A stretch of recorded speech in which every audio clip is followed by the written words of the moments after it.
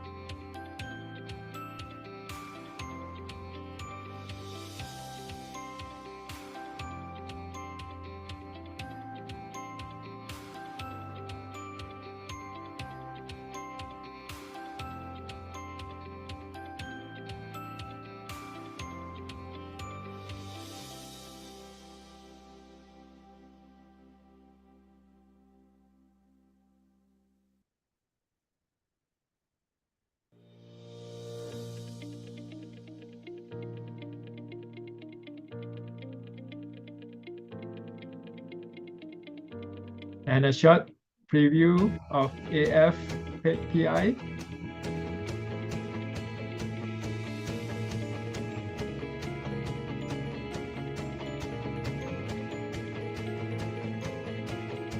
It's an association of all the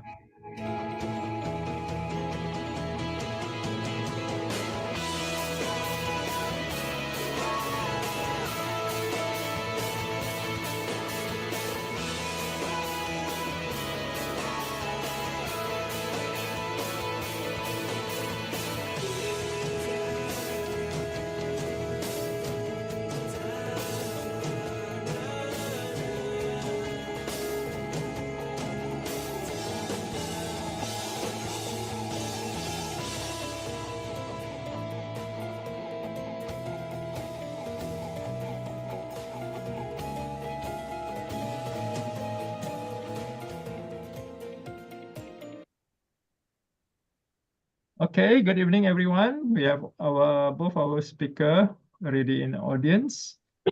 Selamat malam, Pak Adrianus. Bu, silakan slide-nya. Hai, selamat malam. Malam. This session will be in English. Before we start, some housekeeping rules. Please write your name as registered. Participant will be mute. You can write your questions in the chat box or raise your hand to be unmuted by me or Bu Dewi. We have two speakers tonight. Next, Bu.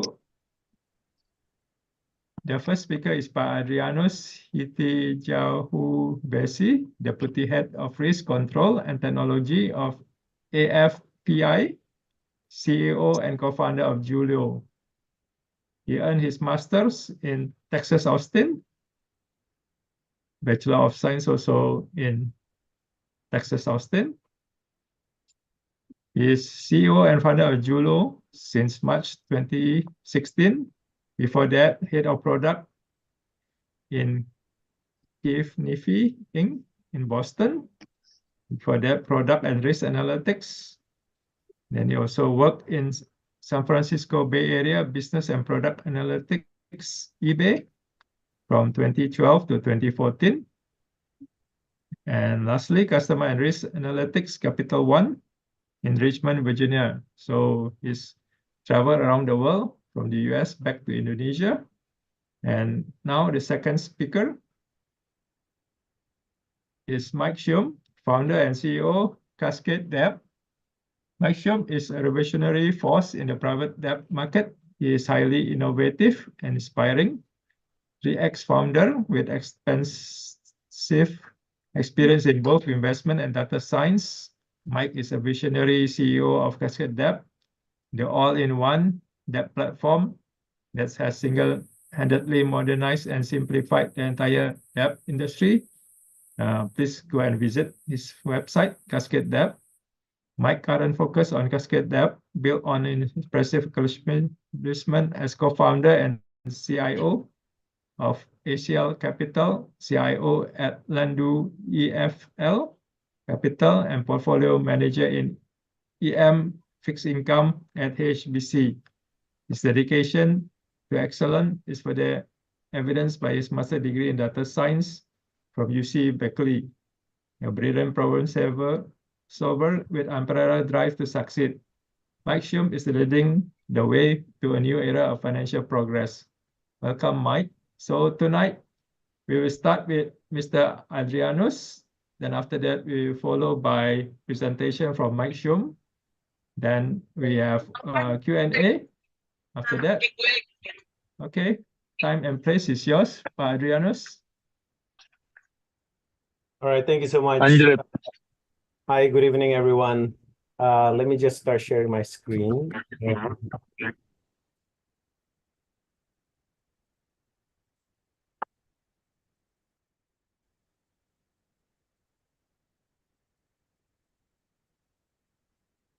Yeah, you can see them, Pak. Yeah. Okay. And it's on presentation mode, yeah?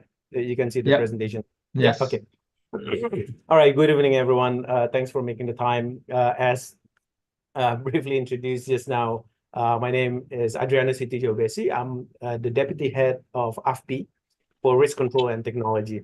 So AFPI is the P2P Lending Association in Indonesia, of which Julo is a member of, along with 100 other platforms, fully licensed P2P lending platforms in the country. My day job, I'm actually also the CEO and co-founder of Julo. Julo is a consumer retail lending player. We provide a revolving credit line to the middle market segment in Indonesia. All right. So the highlight for today for my section, I'll be speaking about on behalf of AFPI, highlighting the debt capital needs in the market from the point of view of peer-to-peer lending platforms in the market, and some of the challenges, some of the opportunities that we have been seeing in the market, specifically in the last year and going forward as well. So a little bit about AFPI. AFPI, we started in 2018. Is an industry-led initiative. At that time, I think we had about 50 or 60 different licensed platforms.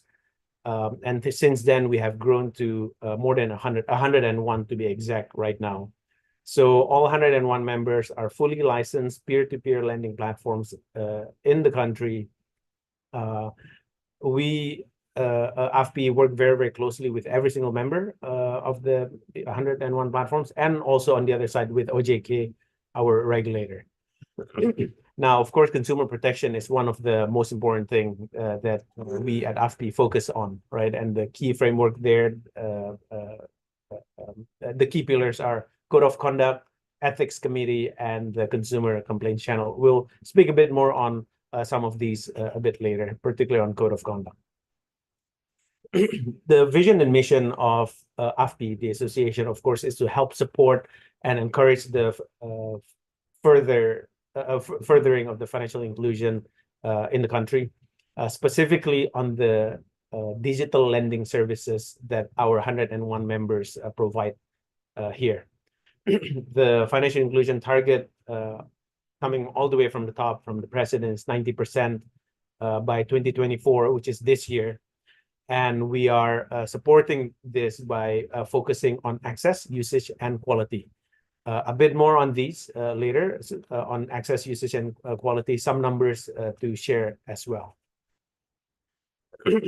Here is a top-down view of the 101 platforms in Indonesia right now. Many of them have started from the earlier days. Yes, I think some have been around for even 11, 12 years.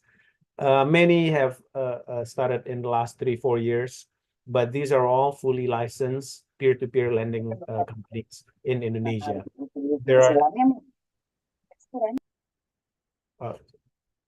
are 3 key sub-segments in the industry. The first one is the multi-purpose. This is the retail consumer segment. There are many names here. Maybe you, the audience here, recognize a lot of the names, a lot of the logos here. But broadly, on the consumer side, there are several subtypes. You may be familiar with BNPL, Buy Now Pay Later, that sort of went grew pretty fast globally, not just in Indonesia, but globally also about 5 years ago. There's Buy Now Pay Later players. There are pure cash loan players. Also in Indonesia, the need for cash is still pretty massive, especially on the consumer side. And it varies, of course, the ticket size from a couple of $100s to a couple of thousand, or even tens of $1,000s to the customers. So many players in that space as well. And also there are those that provide revolving credit line, much like credit cards, but in a virtual sense, all via app, non-plastic. So a revolving credit line, evergreen limit that's given to the customers. So the 48 different multi-purpose platforms here operate in different business models. Now onto the middle section for productive. These are platforms that serve the productive segments, the small, micro, medium enterprises. They may provide working capital loans. They may provide invoice financing, supply chain financing. There's some group lending type of loans also being provided by these 46 productive platforms. And on the far right, we have Sharia-based peer-to-peer platform. Also, there are 7 of them. Yeah, so altogether, these 101 make up for all the platforms in the country. Now, onto the specifics in terms of numbers. Being a peer-to-peer lending entity, it means that we have borrowers on one side and we have lenders on the other side. To be clear, peer-to-peer platform, we cannot take any credit risk. All we do is acquire the customers, market to them, perform onboarding, perform underwriting, and then we present these information, the analysis, to the eligible lenders. And it is up to the lenders to make a decision who they want to then finance, extend their capital to. Up until now, we have more than, out of all the 101 platforms, we have more than 1 million lenders already that have participated in the peer-to-peer lending activity for the last many years.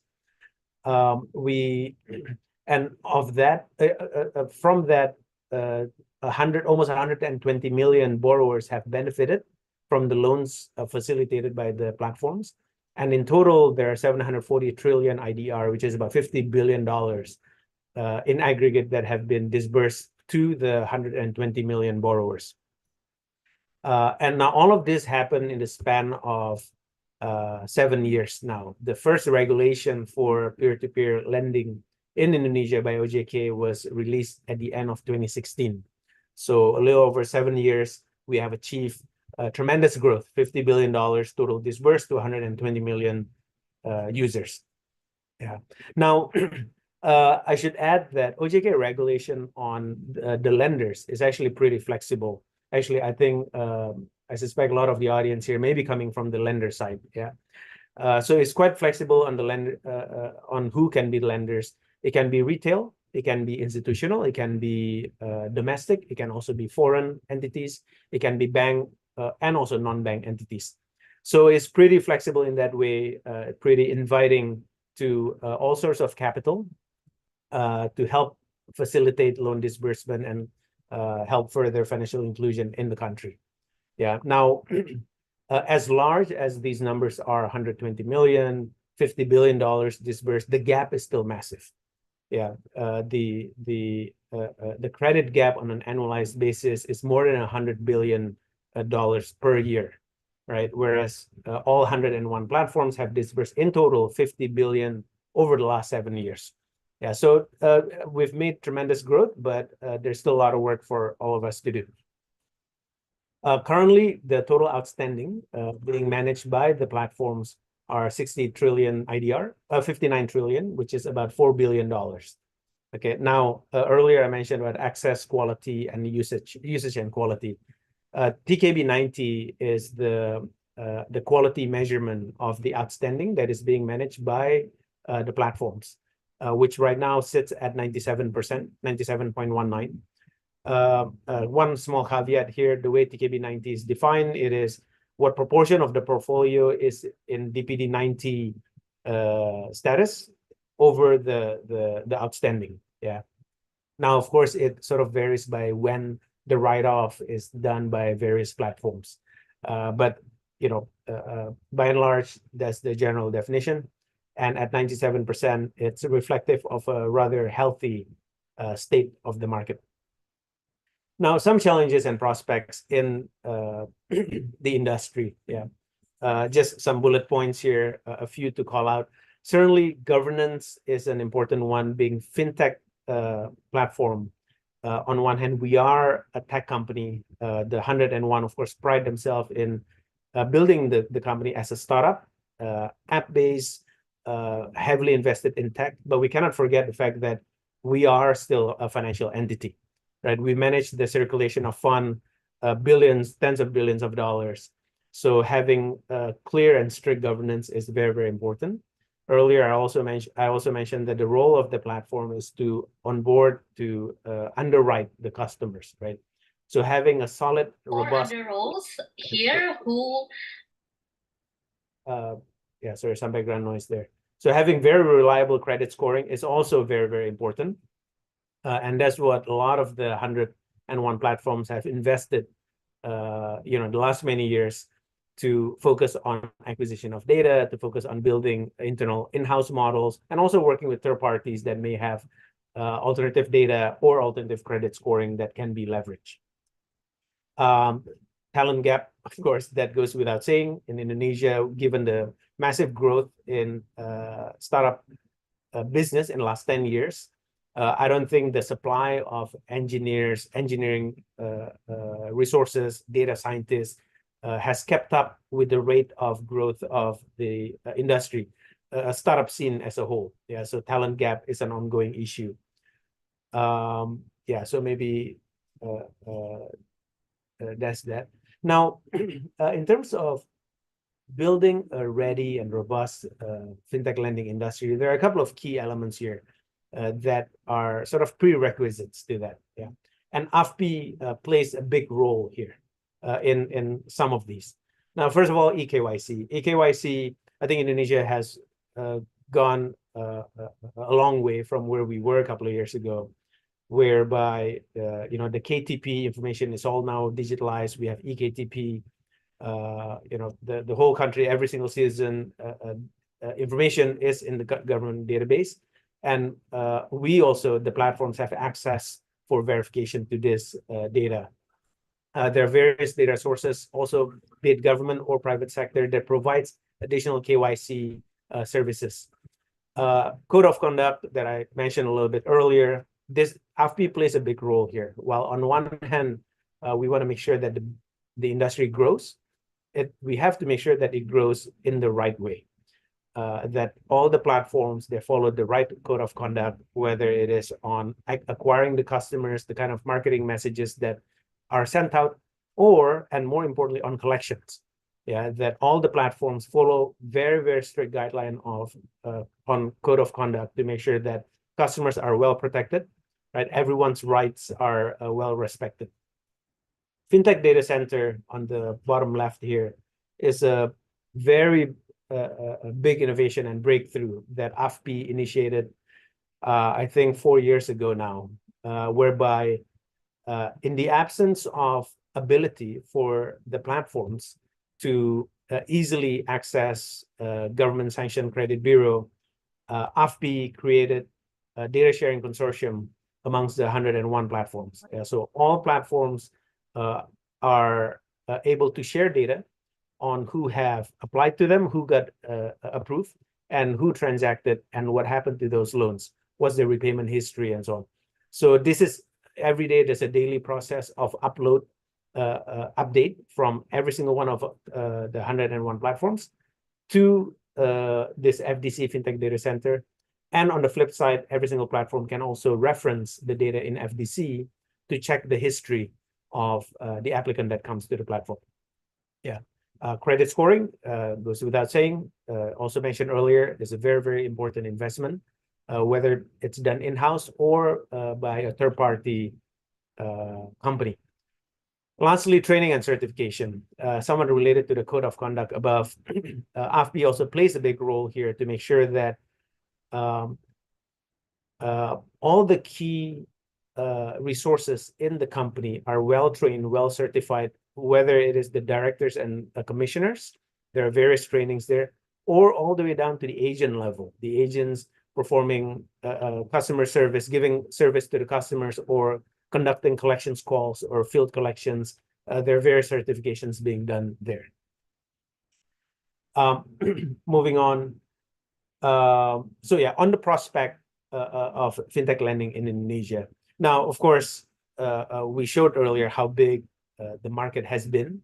I think the future is there's still so much more that the market can go towards. Yeah, the adoption of technology is absolutely key in being the key driver for this, right? Now, being fintech companies, of course, that is the core basis of the business. This is the main thing that allows the industry to grow so rapidly. despite the relatively smaller team as compared to the incumbents, banks and multi-finance and so on. But the industry has been able to grow very, very much. But despite that, we also have to make sure that regulation continues to be tighter, well respected, and well complied to. Public trust is a very important element that contributes to the success of peer-to-peer lending industry so far. It's not without hiccups. Through the years, we have had our fair share of challenges in framing the right public trust, the right brand equity. We have our PR team, also a public engagement team that works very, very hard in ensuring that the market is well aware of what is it that we stand for, right? The peer-to-peer lending platform. And at the bottom here, of course, we focus a lot on economic development and also the financial literacy and inclusion from the user side. All of us, all platforms, whether individually or through AFPI, we regularly conduct socialization events in Java and outside of Java to ensure that the market is well educated, well aware of the benefits that come from peer-to-peer lending industry. Now, the last couple of years have been quite a defining period for the industry, especially during COVID. When COVID hit in 2020, of course, all financing sectors step on the brake. Yeah, but Fintech lending was one of the first to be able to recover quickly, and by the end of the year was able to come back to a level that was close to pre-COVID level in terms of disbursement. Yeah, but it hasn't been without challenges, right? COVID, of course, was a big one, and then recession, a global recession happening. Even in the market, there are a lot of layoffs across the industry, and also affecting the livelihood of our customers, right? Ability to pay also are impacted for a lot of the users. Now, these also translate to the somewhat stagnation, slowing down in the growth of number of fintech companies, but not just in Indonesia. Frankly, if you look at our neighboring countries, we see a similar trend there, which I think is contributed by the external factors, global factors, and also the fact that fintech industry has matured significantly, right? If we look at the last couple of years, prior to that, we have, in many of these, we have doubled the size of the players. And lastly, my last slide here, if we project forward, yeah, the opportunity specifically in Asia Pacific is still massive. Okay, APAC is going to be the largest fintech market by 2030, and specifically for fintech lending, and specifically in Indonesia, as mentioned earlier, the opportunity is still massive. The $100 billion credit gap that is still unmet right now, that all of us are working hard towards filling that gap. There's still plenty. The 50 billion total disbursed in the last 7 years, we still have quite a long way to go. And that's what all of us here collectively are working towards. Again, the role of AFPI here is to make sure that we support the platforms, we protect the customers, and we provide the bridge of communication to OJK to ensure that the regulations are well put in place, and we provide all the necessary feedback, learnings from the market back to the regulators as well. Yeah, so that's the end of my materials here. Maybe I will hand back over to the moderator. Thank you so much. Thank you, Mr. Adrianus. Please hold your question until the end of the presentation of the second speaker. Now we ask Mr. Mike Shum to present. Time and place is yours, Mike. Perfect, thank you. And thanks for that, Adrianus. That was super informative. Perfect. And so I'm going to talk. So you just heard right now about like the growth in the P2B lending, fintech lending space. Now we're going to talk a bit from the point of view of, how do they raise debt? As capital is often one of the main bottlenecks for companies like that. And so the context here is, before starting Cascade, I was on the investor side. So I used to be chief investment officer of a fund called Axial Capital. We did some of the first fintech lending deals with international institutional investors in the space. So we've had a front row seat to seeing how this market has evolved, and it's been really exciting to be part of that journey.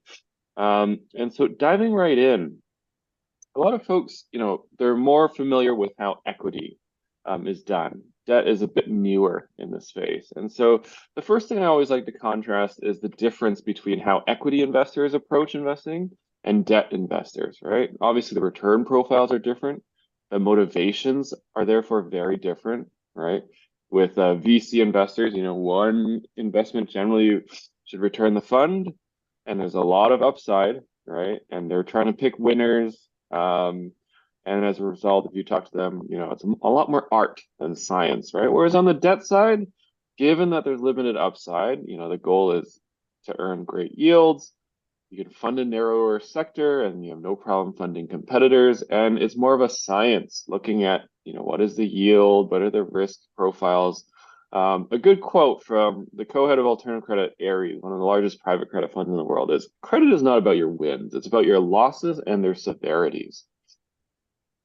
So as a result, what do they look for? Actually, the diligence process is a lot more arduous than, say, even on the equity side. And so they're looking for investment fit, asset level risk, corporate level risk, and macro risk. All right. We'll get a bit deeper into what these mean, but the key thing to point out here is there's usually someone for everyone, right? Different investors have different risk tolerances, return profiles. The market is segmented in a way where, whether you're very early, you're just starting, or whether you're very mature with hundreds of millions in your loan portfolio, there's someone for you. It's usually not one size fit all. Now, investment fit. What are they looking for? These are four main things. Deal size, how big a deal will be. Again, it's usually a function of how big the investor's fund is, but obviously, a very large guy like Ares with 400 billion AUM, they're not going to look at any deal smaller than 150, $200 million, because usually the common thinking in the market is, hey, it'll take me the same work to diligence a deal properly, whether it's 5 million or 500 million. And so the bigger guys will focus on the bigger deals, the smaller guys will focus on the smaller deals. And so their strategy is almost by their deal size. Traction is very important. A lot of guys will look at deals only if you've hit certain thresholds, like, oh, you've done $10 million in volume, or you have at least a $10 million outstanding book. And then on the flip side, some people will, take a bet on you if you've raised a lot of equity, right? And so debt is always going to, well, in most cases is going to be senior to the equity layer. And as a result, how much they are willing to lend out is often a function of how much equity has been raised. This can also circumvent some of the traction requirements, right? Even if you have no traction, but you've raised a large equity round, you might be able to find a debt investor looking willing to underwrite you then. And then finally, sector, right? Especially, are you doing the consumer or business side? What interest rates, what kind of loan products, and like all of these things, different investors have different criteria, right? For example, impact investors might not even look at a consumer lending business. And so a big part of why I'm outlining this right now is you'll want to find the investors where you fit their profile. Otherwise, you're kind of just wasting both your time and their time, as if it falls out of the mandate, it's very hard to justify. Now, asset level risk. And so this is looking at the portfolio. So this is the portfolio of loans or receivables that the company is generating. Data quality is a big one, right? All of these investors will ask for a loan tape or a data tape, basically a snapshot or like a historical record of the data. And whether your data is clean or high quality is a signal of how organized you are. traction, which we just talked about, is obviously the main thing that they're looking for, right? And then, of course, the other thing is performance, right? Adriana's just talked about, a TKB 90, right? That's that Indonesian regulatory metric. I mean, most investors are looking at something similar, right? Delinquency rates, default rates. But on the flip side, again, they're understanding, right? They don't want to see data that's too good either, right? If you've never had any defaults, then usually that means you don't have enough track record or you're cherry picking loans. And so it's no problem to show, okay, in the beginning, default rates were higher, but if you've shown improvement over time, that builds trust. Other things to look at the portfolio is profitability, right? Obviously, a lender wants to know that you're making money too. If you're losing money every time you lend out because of what the lender is charging, it's not a good fit. So you don't want to be too low on the unit economics, and also you don't want to be too high for some investors because it could be seen as predatory. Collateral. Obviously, a lot of lenders prefer to have loans with secured underlying collateral as well. Then they're looking at things like recovery rates.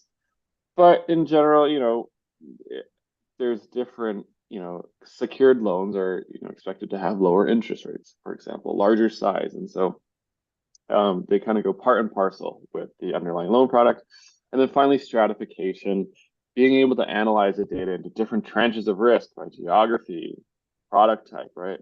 Obviously, if one lender is doing both consumer and business loans, those loans need to be looked at separately because they'll have very different profiles.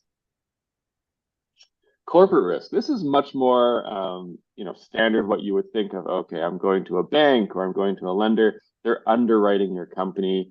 5 C's of credit, but also, they're looking at your financials, your team, your underwriting methodology, technology, and of course, impact. I won't go too deep into this. I mean, it's fairly standard. I don't think it's too differentiated, even in the fintech space. The more they're looking at your balance sheet in particular. So macro risk. This is, in Indonesia, if you're dealing with local institutions, this is absorbed, right? They're in the market. It's part of their mandate. However, when you talk to international investors, you then have to overcome any concerns they might have on, say, Indonesia level risk, right? How's the economy doing? Or even across the region, right? Currency risk is a big one. You'll have to figure out ways to hedge the rupiah in this case. Legal risk, this could be anything from the structures that you use to do these deals, right? And I know that, even a lot of deals in Indonesia might be run out of like a Singapore domicile just because it's a bit more developed, right? Or using Singaporean VCCs and things like that. There's a lot of different ways to structure these deals. But on the flip side, it's also, political risk, right? And capital, capital inflows. Can you get money in and out easily, right? And then finally, sector, right? Maybe the consumer sector is being hit hard or the business sector is being hit. So they're going to be looking at this holistically. Unfortunately, there's not much you can do to control this aspect, except to, currency you can hedge, and some of the legal you can hedge. So, but the best thing you can do is, of course, the better your corporate and your asset level risk, macro risk becomes less important. And so as you raise, what goes in a data room? What are they looking for? They're going to be looking for your loan tape first and foremost, right? Because we covered how asset level risk was so important during the process. This is analyzed in the loan tape. The second thing will be a company deck, just describing, everything that goes on there. Again, that covers a lot of the corporate risk aspects, right? And so basically you want to put everything they need to analyze, and get to the next stage. Most funds the first stage is they write out a screener memo or an intro memo or a teaser memo, whatever they call it internally. But it's a shorter document highlighting, okay, why should we invest here, right? Now, again, I wanted to make this a bit more useful. So what should you have, right?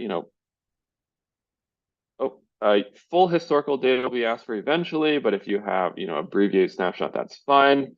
Pre-built charts or self-analysis, usually not as useful, right? A debt investor is going to want to do their own work, right? If they see that you've created all these default charts for them, and they all stay like very low default rates, they're going to be a bit skeptical. And so you don't need to, and like every investor will look at it slightly different as well. On the deck side, it's more about covering, again, we're looking at the corporate level risk, the asset level risk, and macro risk. Some common slides are in equity decks, things like TAM, market size, future potential. These slides matter less to debt investors. Yes, they'll want to see that, okay, you're growing and there's a portfolio to fund, but the fact that you're growing 20x a year, for an equity investor, that's very relevant. For a debt investor who does not share in the upside and is in fact probably a bit worried if you're growing too fast, that might be detrimental. Proposed structure of deals, again, every investor will have their own preference. I would not build something and hope that the investors can fit into it. Find a guy and whoever you do sign a term sheet with, you'll work out the structuring with them. And then of course, term sheet expectations, I tend, to advise not to put it on a spreadsheet, on a deck. Like this will be discussed anyway. You want to cast a wider net and see, who the best partners are. Financials, again, to assess the corporate level risk are very important, especially the balance sheet, P&L statement, and being able to calculate these main ratios.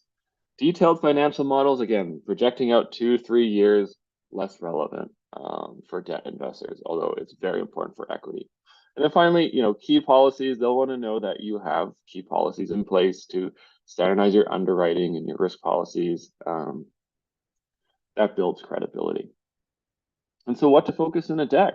So it's, again, like you can start with your equity deck and modify it for the debt, right? And so what?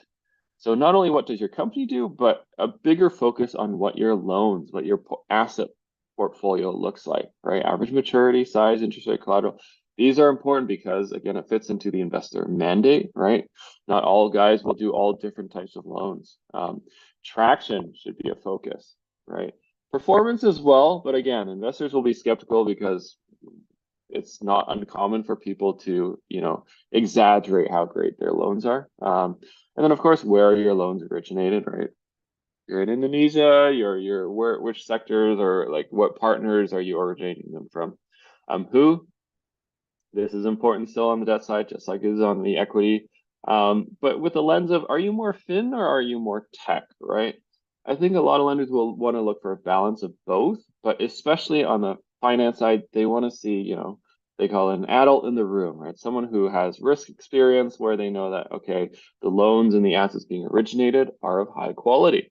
Main equity investors, because are, and look, brand name investors build credibility for sure. And if you have other debt investors, that's usually a good thing. It's a good signal. Financials, right? Cash runway is king, especially in, over the past few years.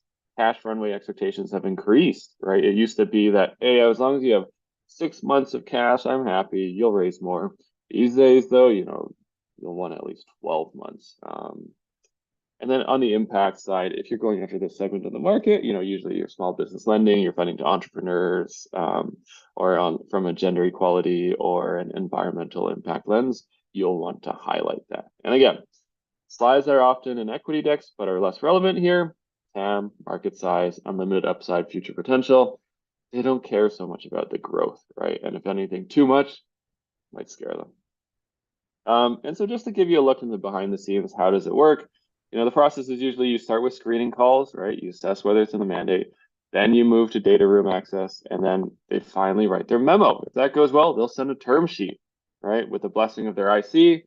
Then you get into deeper due diligence, structuring, site visit, and then IC approval. How long does this take? I mean, Andreessen Horowitz put out a great guide last year on how to do these types of deals, especially on the asset-backed lending space. If you're going for a venture debt loan, it'll take much quicker, 4 to 6 weeks. If you do an asset-backed lending deal, it can take 12 to 18 months. And so the more you can do to prepare ahead of that time, the faster those things will go. All right. What do you look for in a term sheet? A lot of focus is usually on the economics or deal size, right? I want to raise $50 million at a 15% interest rate. this is where I'll say like it depends on your stage, right? For your first or second deals, size and interest rate are often actually the least important, right? Why? Because as you scale, you build more traction. Your second, your third facility will be done at much better terms. And so, but even when you look at the economics of a deal, interest rate is just one component that a lot of people laser focus on and lose sight of all these other things that could be a lot more costly. There's going to be upfront fees. Usage fees are a big one. This is, usually if you get a term sheet for $10 million, they'll charge you on things that if you don't use it. And so that can add up very quickly. Prepayment and renewal fees, especially as you try to, refinance. You'll want, that to be lower. And then of course, legal fees can get out of control unless you control it. And then equity on the equity side, having equity warrants can be much more costly. So don't just look at the interest rate, look at all these other factors. And in fact, we tell a lot of our guys with their first or second facility, leverage is actually what you need the most, right? Someone who will give you a 95% advance rate versus an 80% advance rate just makes your equity dollars go much further. And flexibility is also the other important thing, right? Especially if you're a fintech lender, you're still trying out a lot of different things. You'll want someone who can partner with you and allow you to fund more new loans. And so how do you find the right investor for you? There's different classes of investors. There's pros and cons of each, right? Generally, people are looking at the banks or the private credit funds, and there's very good reasons to go after them. But some other areas are going to be impact funds, crowdfunding platforms, DFIs, microfinance. We've also posted some additional resources here. I know I've gone through a very quick overview, but any questions, feel free to reach out to myself or Mark. And that concludes the presentation. Thank you. Thank you, Mike. We already have 2 questions on the chat. Please ask your question direct to whom, either Mr. Mike or Mr. Adrianus. I start with Sriman from the chat. I have 2 questions to ask. First, what do you mean by flow? What do you mean by how much equity have you raised? Like what I know is for equity rising is that you give a certain part of your share for a specific amount of money. So is this what you mean, or is it something different? Second question, what do you mean by loan tape and impact information? This is directed to you, Mike. Perfect. So on the first question, what do I mean by how much equity have you raised? So most fintech lenders, when you start out, you raise equity, either from friends and family, a local strategic partner, or even a venture capital fund. And so you're gonna do maybe a seed round of $1 to $5 million. And so if you look at raising debt, it's very hard to raise debt, especially from institutional investors without having raised equity. Because they want to know that the company's going to be around to keep operating, to keep servicing these loans. Even in Indonesia, where a lot of companies start out with a channeling agreement with a local bank, they're still going to want to know that this company is going to be around. And so when I talk about how much equity have you raised, it's exactly that, right? And so unless you're doing a channeling agreement, let's say you're looking at a venture debt firm or a private credit firm, how much equity you raise also dictates how much debt you can raise. A venture debt guy will give you 50, maybe up to 100% of how much equity you've raised. So if you've raised 5 million in equity, you can raise up to 5 million in debt.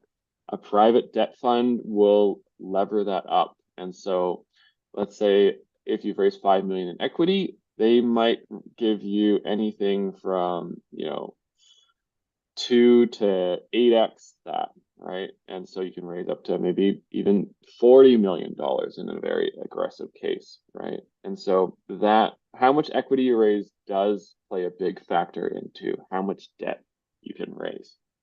The second question was on the what do I meant by loan tape and okay, so that was on the information side and impact information.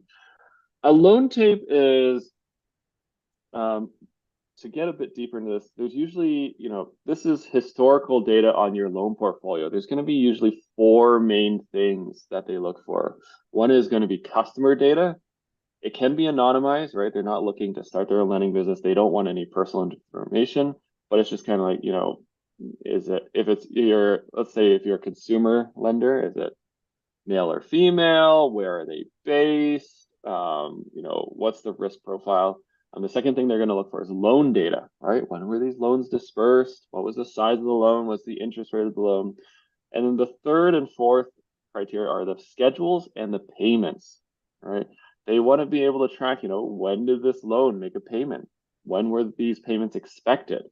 And so as a result, then they can start building these things out. Now you work with us, we help you, structure your data and of course generate all these charts for you on our platform. But that's generally what they're looking for, a loan tape, and the more history, the better. All right. Even if you, start off just doing pilots, honestly, a lot of investors look at, hey, do you have at least 12 months of lending record? Because more track record, they're trying to decide, how risky are these loans actually. Impact side, again, mostly applies to impact investors, and it depends on, which bucket you fall under.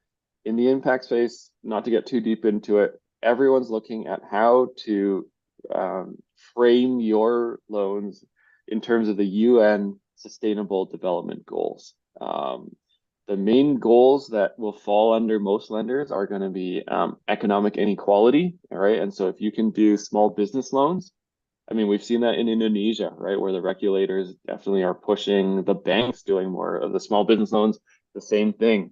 If you can do it through a gender equality lens, that's a big thing. If you can do it through an environmental or health even, right? Some folks do health or healthcare loans, or in the agriculture space, that's another aspect. And so you'll want to highlight data. Usually it's like, how many loans do you do? What's the volume you do? What are the number of borrowers you help? Or if you're looking at small business, even like how many employees have these businesses been able to grow, like hire more people as a result of,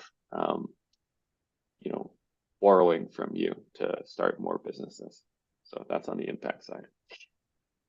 All right, we got another question from Afandi. He would like to know how to connect with international finance. Could we directly come to international bank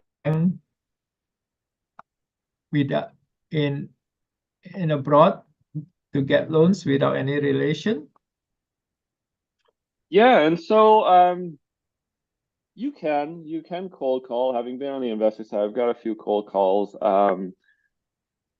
If you have existing relationships either with venture capitalists or like your own equity investors, usually they'll be connected. We're a big part of what we do is, putting you in touch with investors as well. But, we're very happy to share this knowledge. One of the links on here is we've created a market map of investors for each region. And that market map will continue to grow.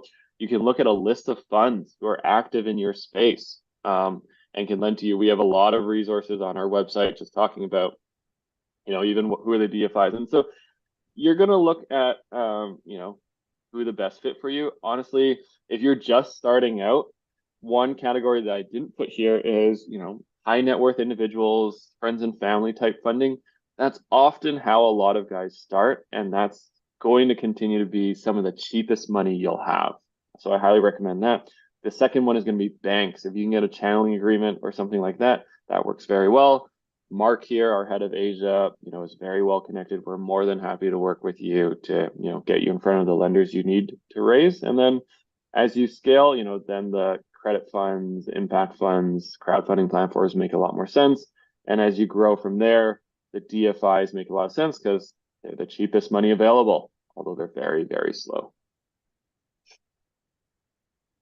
Okay, next we have question from Mr. Adrianus. In terms of general workflow, both peer-to-peer fintech lending and crowdfunding gather funding and match them to borrowers. In your perspective, what do you think are the main points that differentiate between the two? Sure. Yeah. So it's actually these two are quite different. The peer-to-peer lending is matchmaking is a platform to let borrowers and lenders meet. Yeah, so lenders that have capital, whereby they expect to get some percentage of return on that on a recurring basis, they will then give the capital to the end borrowers. Whereas on crowdfunding, and I believe there's a new regulation that came out in Indonesia last year or the year before, in the sandbox to enable equity crowdfunding. So equity crowdfunding is actually not a borrowing mechanism, a lending mechanism, rather is an equity investment mechanism to enable the individuals is sort of like allowing them to act as an angel investor, if you will, in smaller chunks, hundreds of dollars, thousands of dollars, whereby typically to be an angel investor is reserved for the more accredited investor, larger barrier to entry, hundreds of thousands of dollars. So yeah, quite different in that sense. One for lending, where you expect some rate of return on that. The other is for equity, whereby you expect some stake in the company and expect some sort of return in the long run. Okay, the second question from Mr. Jovin. Do you think that consistent increase in outstanding loans represent a good condition on the company, or does it look bad since it's possible that the restructured status is also increasing? Yeah, no, it's a good question. I think there are a lot of vanity metrics that platforms tend to highlight, right? Disbursement is one. We disburse X million dollars every year, or we have X dollars outstanding, or AUM. But I think that is just one side of the story. What's more important is the quality of those loans, right? What proportion of that AUM is in current bucket versus in DPD 1 to 30, 31 to 60, and so on and so forth. Devil's in the details, but the highlight numbers tend to be more impressive when people say, "Oh, I have $200 million AUM." Yeah, but what's the health of that book? And also correctly mentioned by Jovin here that companies do have the ability to restructure, right? And the restructure rule in P2P lending industry is still a bit loose. In some cases, if the lenders are willing, the loan can be restructured in a one-sided manner. So then as a result, loans with high DPD, high delinquency status can be restructured. Suddenly they got upgraded back to current status, still remaining within that AUM number, but not truly reflecting the quality of that book. So yeah, it can be misleading. But as earlier mentioned by Mike, I think this is part of the job of the lender to do the due diligence, to look at the loan tape and see any kind of movements, which loans have been restructured. All of this will be clearly transparent from the loan tape. Okay, the next question is more on a comment from Iwan. He wonder whether the slide can be shared with the participants. Mike have agreed to share his. About from you, Mr. Adrius. Sure. Okay, Yeah. so both will be shared by through email by Bu Dewi, our society administrator. Please give her time, maybe until tomorrow. Any other question, or you can raise your hand, so you can unmute yourself and speak up, because this webinar is pretty small. We still have 7 minutes.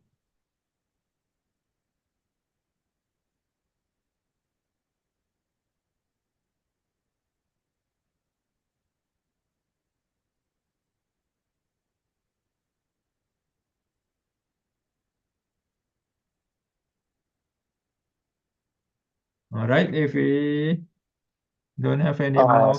Hi Okay, there. go ahead. Just one quick question. I mean, in terms of private debt, is there any expectation or certain kind of guidance in terms of rate expected by investors, especially if they are overseas, whether it's their base interest rate plus X%, or is there certain probable ballpark on this type of thing? Yeah, it'll Billy? depend. Go ahead. I mean, from international investors, it'll depend on your risk and credit profile, right?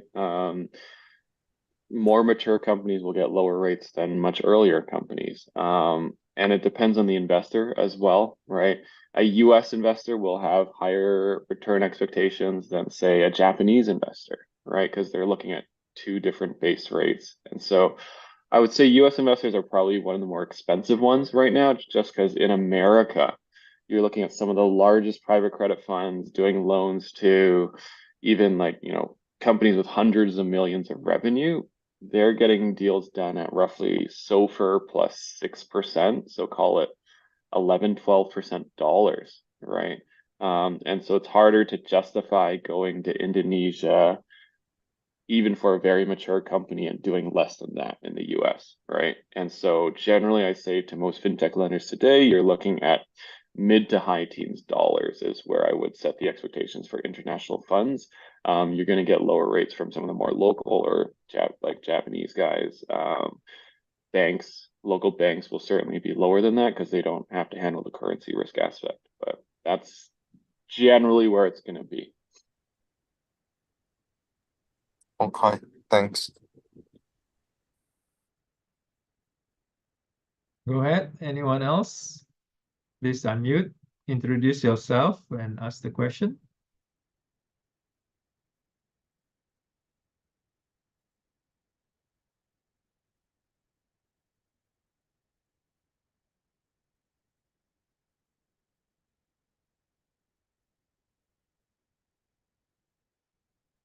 All right. Thank you, Mike. Thank you, Pak Adrianus.